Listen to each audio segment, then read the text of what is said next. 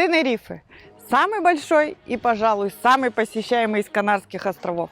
Знаменит своими черными пляжами и красавцем вулканом Тейде. 12 климатических зон, тропические леса, вулканические полупустыни, ущелья и дюны, и пляжи с черным и золотым песком.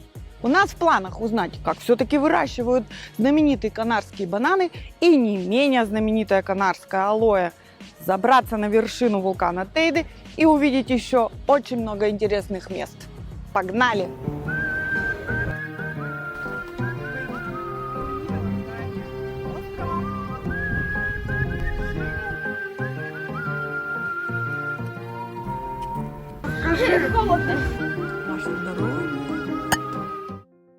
Отдыхать на Тенерифе можно круглый год. Его еще называют островом Вечной Весны. Но все-таки, как человек, который здесь побывал в декабре, советую, если вы летите зимой, выбирать для жизни южную его часть. Там, собственно, и находятся самые известные курорты – Коста-Адехе и Лас-Америкас. Теперь небольшая справка. Остров Тенерифе входит в группу из 7 больших Канарских островов.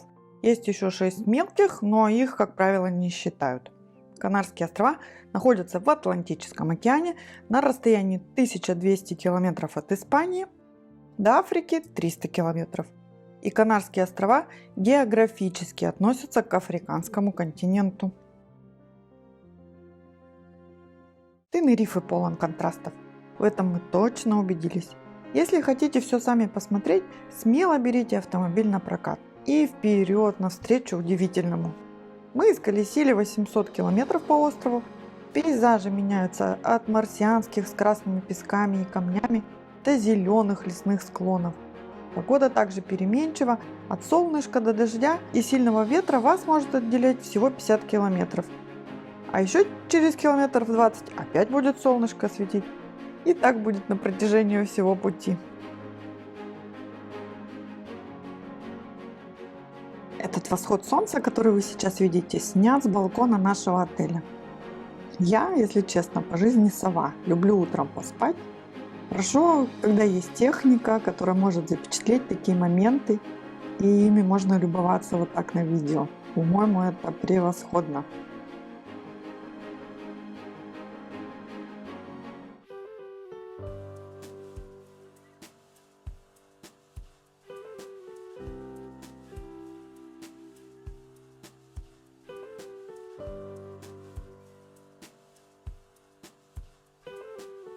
Приехать на Канарские острова и не увидеть, как растут бананы, это просто преступление. Сегодня мы приехали на ферму, где их выращивают. Сейчас мы все будем изучать. В конце нам обещали дегустацию. Это мы тоже еще снимем и увидим. Погнали! Мне очень нравится. Мы заехали на ферму. Посевная площадь, которой 7 гектар. 98% на этой земле занимают бананы, а остальное фрукты – манго, папайя и авокадо.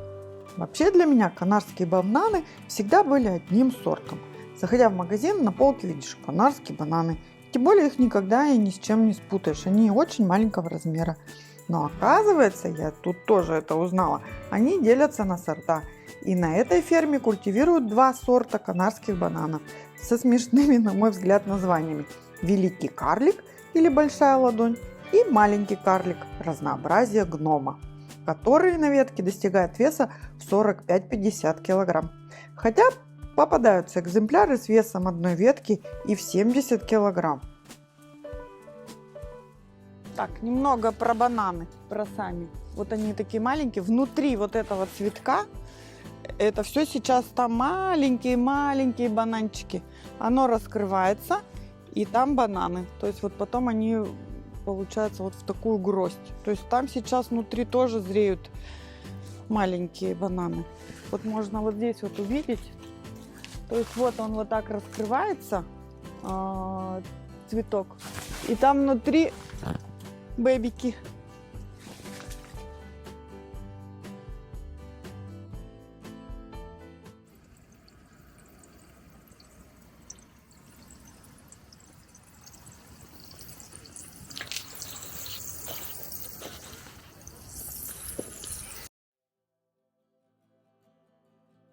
Включили полив. Каждому дереву банана требуется от 20 до 25 литров в день. Все настроено здесь, на этой ферме, компьютеризировано, то есть оно включается по времени, отслеживается, сколько воды получило каждое дерево. Никого не забудут.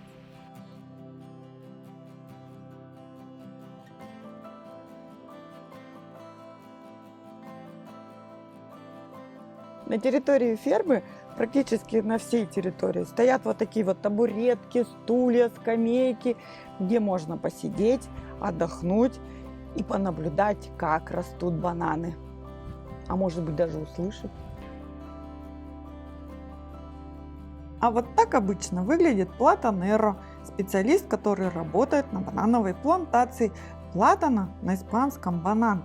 От этого слова, я так думаю, и происходит название профессии. Скажу пару слов про посещение этой фермы с точки зрения организации. Купив билеты, вы заходите на индивидуальную прогулку.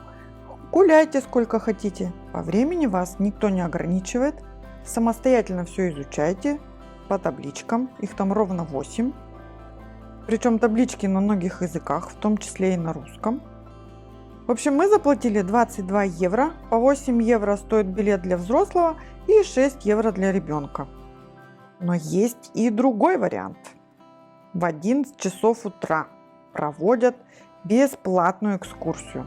Работник фермы все подробно рассказывает и показывает. Но знаете что? Я видела эту экскурсию, когда мы уже уходили.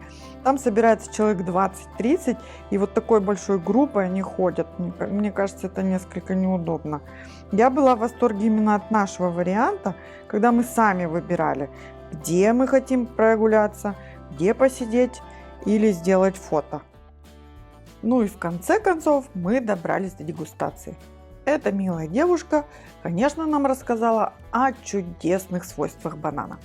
Во-первых, в канарском банане меньше крахмала.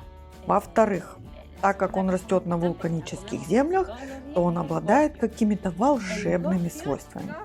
Итак, банан обеспечивает нас углеводами, которые заряжают нас энергией, калием, который поддерживает сердечный ритм, богат железом, клетчаткой и даже регулирует уровень глюкозы в крови и улучшает настроение. Вот с таким настроем мы все и пробовали. Начали с гофио, национальное блюдо Канарских островов, которое к бананам не имеет совершенно никакого отношения, но нас угощали, а мы и рады. Сушеный банан, желе из банана, варенье из банана и папайи. Я пробую. Банан. Это с папайя? Это с папайя, да. Папайя вкусно.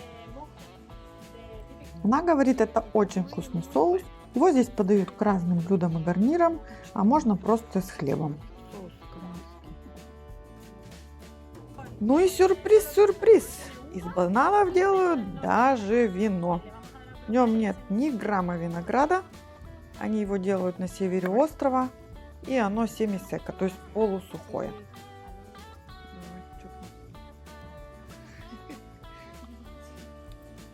Пробую вино из банана.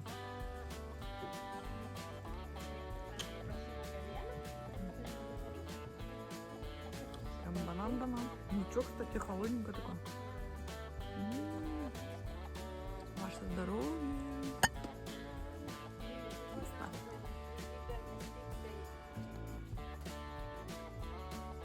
Манго. Опа-ля. Подводя итог, скажу, это был классный экспириенс. Настоятельно всем рекомендую посетить такую банановую ферму.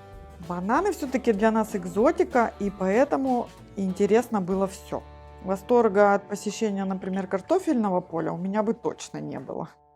Ну и естественно, все, что мы попробовали, можно здесь же и купить в небольшом магазинчике.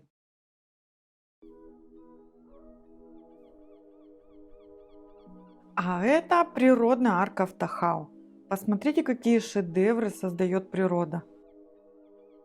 Ветра трудились многие тысячелетия, создавая в скале проход. Возможно, ветер до сих пор там что-то создает, может быть, еще один каменный мост. Звук я сейчас на это видео пишу уже дома, так как все, что я говорила там, все свои впечатления, ощущения перекрыл, конечно, шум ветра. 200 тысяч лет назад время образования этой арки. Длина примерно 30 метров, высота 15. Вся местность вокруг – это вулканические лавовые образования. Если заедете сюда на несколько минут, от автострады это совсем недалеко, то получите отличные и оригинальные фотографии. Эта засушливая местность юга не вызывает особого восторга, но этот природный шедевр заслуживает вашего внимания.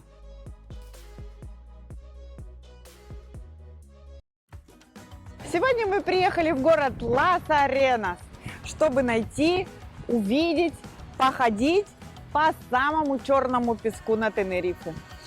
Пойдемте.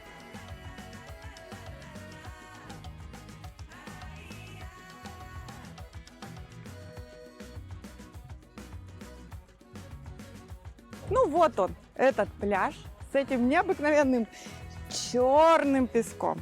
Посмотрите, какой он черный. Небольшой, уютный, много народу.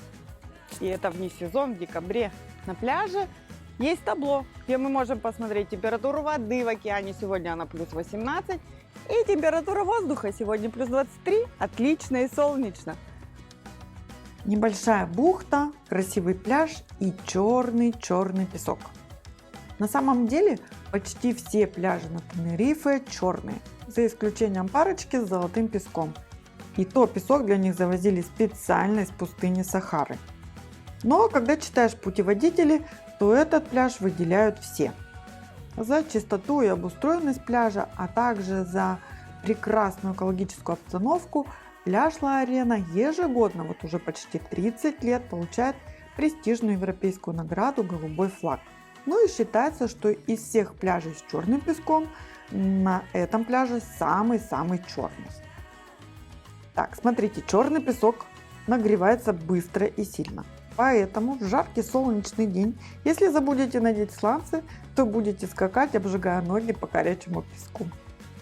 Еще считается, что этот вулканический песок обладает целебными свойствами. Разогретые на солнце минералы способствуют излечению артритов, радикулитов, растяжений и последствий переломов. Говорят, что даже футболисты приезжают сюда отдыхать и нежиться на этом черном песке, наверное, закапывая в него свои натруженные спортивные ноги. Я, к сожалению, ни одного Месси с Рональду не встретила, поэтому подтвердить или опровергнуть данное утверждение не могу. Но пляж в целом нам очень понравился.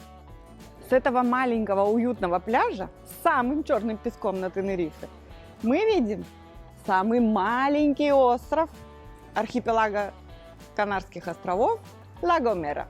Посмотрите, какой курьез. Мы находимся на самом большом острове, на острове Тенерифе. И отсюда мы видим самый маленький остров. Прекрасно!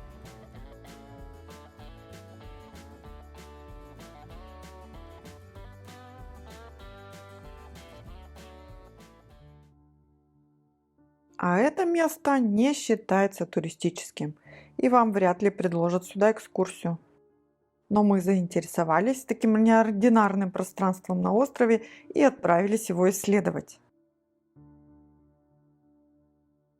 Сейчас я нахожусь в школе таинственного, загадочного, заброшенного и где-то внушающего ужас город Абадес. Его построили в разгар Второй мировой войны и по окончанию местной гражданской войны как лепрозорий для прокаженных. Но медицина не стояла на месте, изобрели лекарства, все войны закончились, и здесь никогда никто не жил.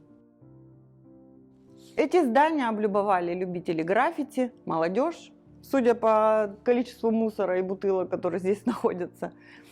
Но я думаю, что ночью здесь страшно.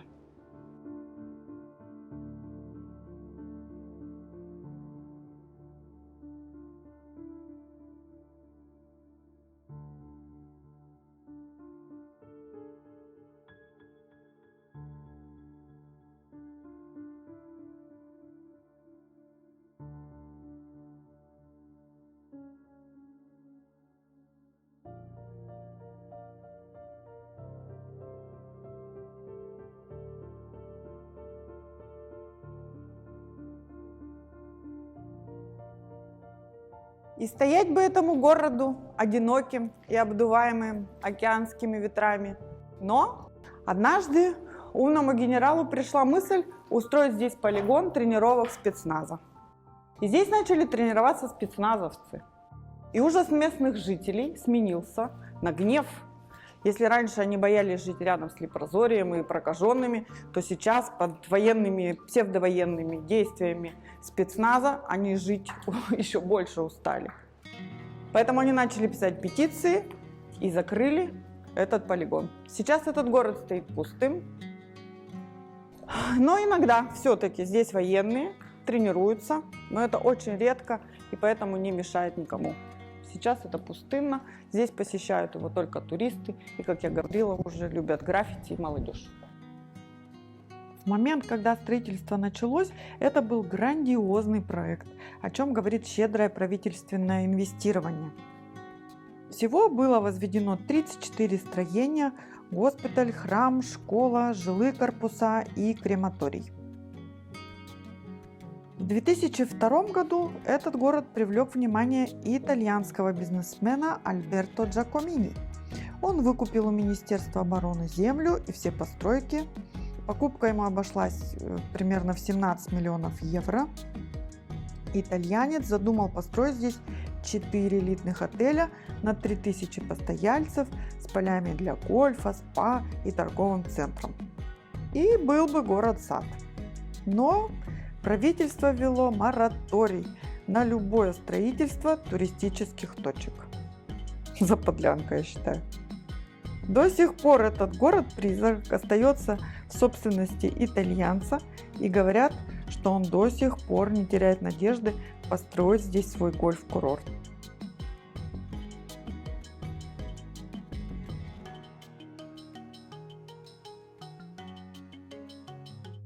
Мы приехали в порт города Лос-Гигантес. Гигантес на всех языках звучит одинаково и в переводе не нуждается. Гигантес – это значит что-то великое и огромное. Отсюда, с этого порта, уходят кораблики с экскурсиями, чтобы посмотреть на дельфинов и на китов, которых здесь огромное количество, потому что мы находимся в Атлантическом океане. А этот поселок Лос-Гигантес обязан своему названию скалам, которые начинаются именно здесь. 10 километров огромных отвесных скал, которые держат на своих плечах старика Тейде.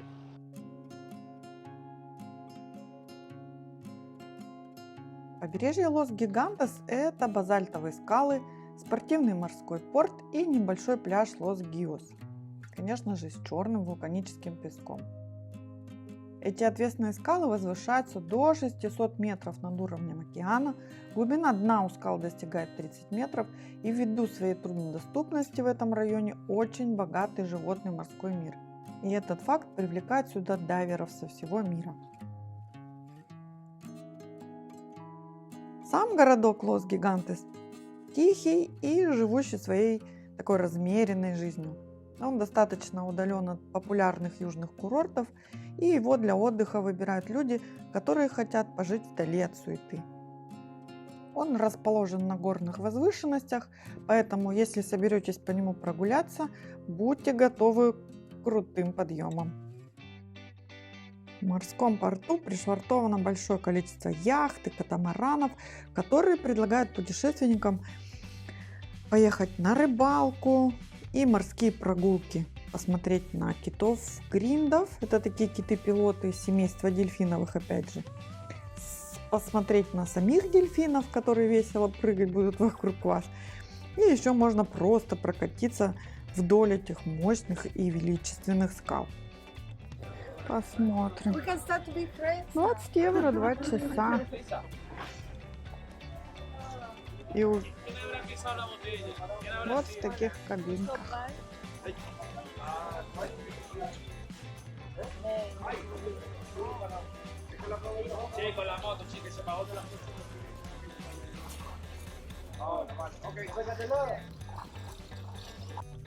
Я хочу сказать, что мы однажды были на такой прогулке. Правда, нам не очень повезло. Мы были с семьей англичан, которых полностью все, вот их было 5 человек, их укачало, и они кормили рыбок своим завтраком. Бедные. Но мы были под впечатлением. Как раз мы попали на семейство небольших китов, плыли к ним и за ними, и это было очень-очень симпатично.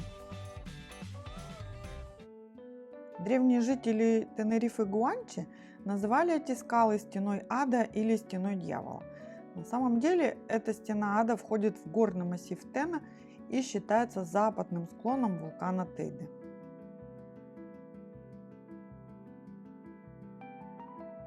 Мы сейчас на пути к Тейде, но остановились, чтобы рассмотреть и увидеть канарскую сосну. Этот вид растет только здесь.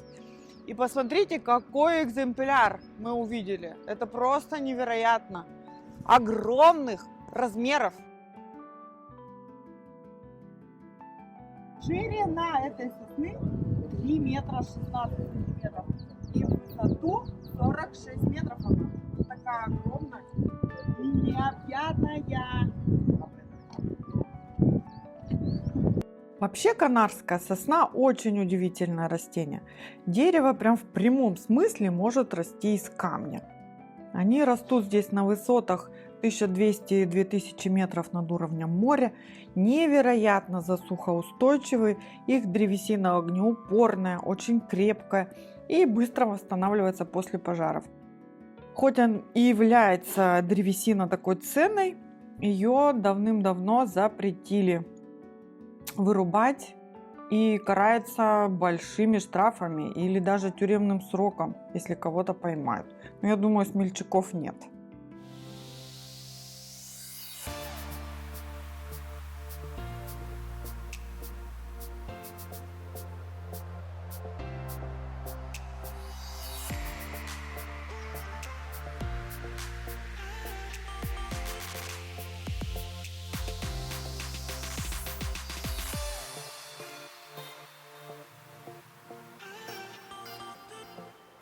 Чем выше мы поднимались, тем пейзажи становились все аскетичней, никаких деревьев уже не наблюдалось. И Сейчас я стою на камнях, казалось бы, камнях.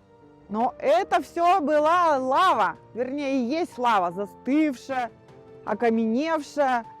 И все это на много-много-много километров здесь тянется.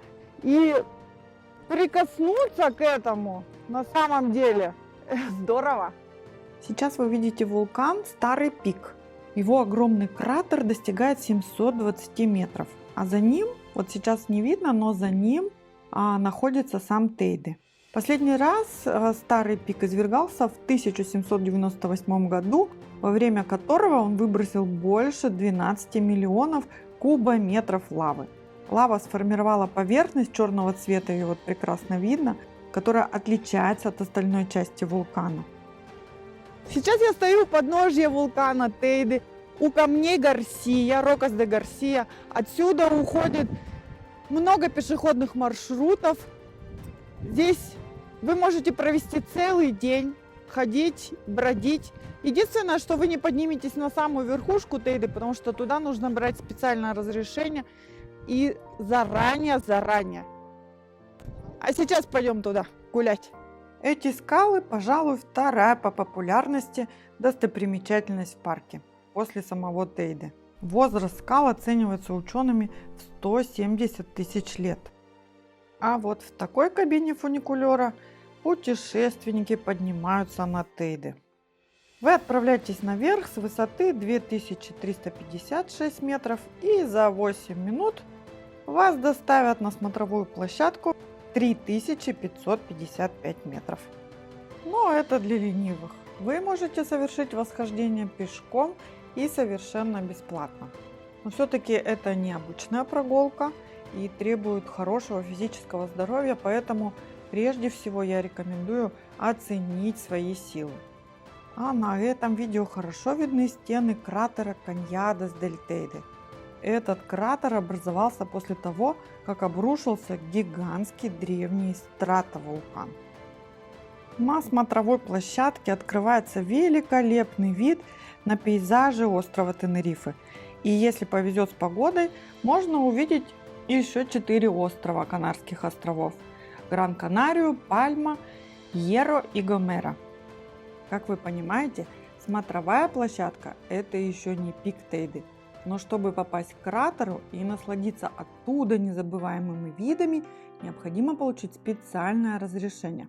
Оставив запрос на сайте, который сейчас здесь появится в правом углу, и желательно направить этот запрос заранее, за 1 или 2 месяца, в зависимости от времени года. Разрешение дается бесплатно и действительно только для выбранной даты. Чай! А где? Привет! Ну как оно? Расскажи. Холодно. На, чай! Потом мы поднялись, и там был снег. Я взял, но было там так холодно, прям реально. На нижней площадке фуникулера находится кафе с большими панорамными окнами с видами на парк. Ну и здесь, в этом кафе, я покупала горячий чай, чтобы мои путешественники на вершину Тейды согрелись по возвращению. А для любителей пива продают специальное артезианское Эль Тейде.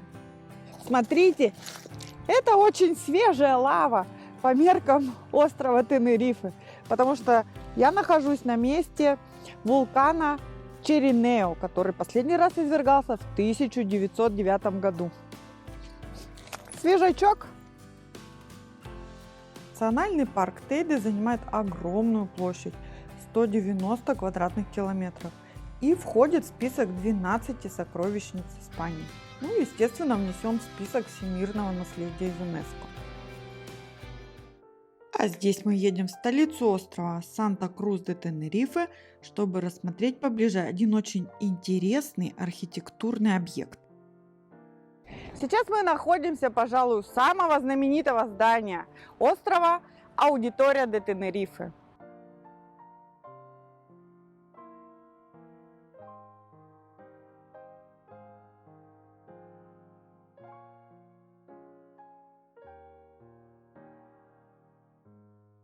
Здание аудитории очень похоже на Сиднейскую оперу, поэтому с недавних пор его называют Сиднеем на Атлантике.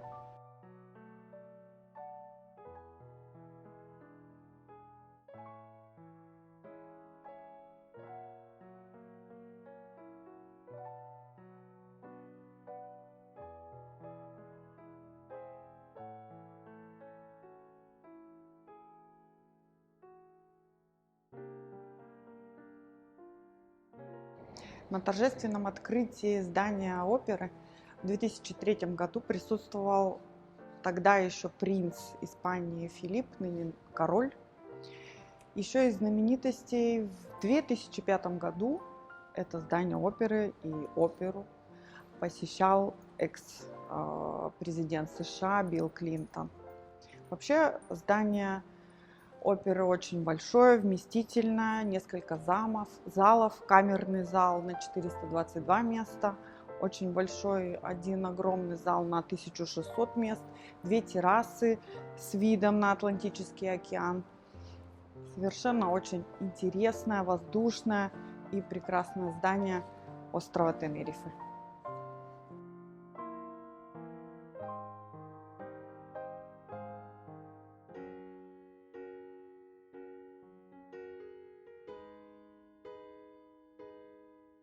А вы знали, что на Тенерифе есть пирамиды? Вот они, пирамиды Гуймар. По своей ступенчатой форме они напоминают пирамиды Перу и Мексики. Знаменитый Тур Хейердал, оказавшись на Тенерифе, очень тщательно их исследовал и пришел к выводу, что их построили люди каких-то древних цивилизаций, что и все остальные известные миру пирамиды. Возраст пирамид до сих пор установить не удалось, а Хейердал доказал астрономическую ориентацию пирамид. В день летнего солнцестояния с платформы на вершине наибольшей пирамиды можно наблюдать 2-кратный заход солнца. Солнце исчезает за горной вершиной, затем снова появляется, заходит за соседнюю вершину 2-й раз. По словам местных жителей, а также по древним изображениям острова, такие пирамиды были построены во многих частях Тенерифе. Но были разобраны, потому что считалось, что они бесполезны. Например, здесь, в этом местечке Гуймар, вместо 6 пирамид было 9. 3 из них были разобраны местными жителями на свои стройматериальные нужды. Тур Хейердал в 1998 году открыл на месте расположения пирамид Гуймар этнологический парк. Здесь можно узнать много интересного о различных теориях происхождения пирамид, а также посетить сад ядовитых растений.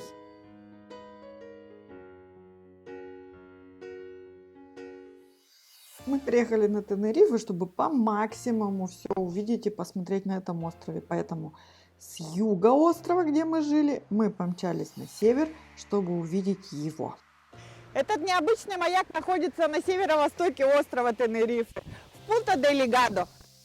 Он высотой 50 метров. Построили в 1992 году на вулканической платформе. И сюда добирается очень мало туристов. 50 метров и 246 ступенек вверх. Было бы удовольствием подняться, представляю, какие захватывающие виды открываются. Но, увы, это привилегия только для техников, которые обслуживают маяк. Что мы заметили? В этой части острова больше зелени и нет такого марсианского пейзажа, как на юге. Пляжи в основном галечные и почти совсем нет туристов. Вот на пляже загорал одинокий морж, а возле маяка стоял старенький автодом с небольшой компанией хиппи. В общем, нам здесь понравилось, но было очень ветрено и холодно в этой части острова. Счастливые местные жители и туристы имеют возможность заниматься физкультурой с видом на океан.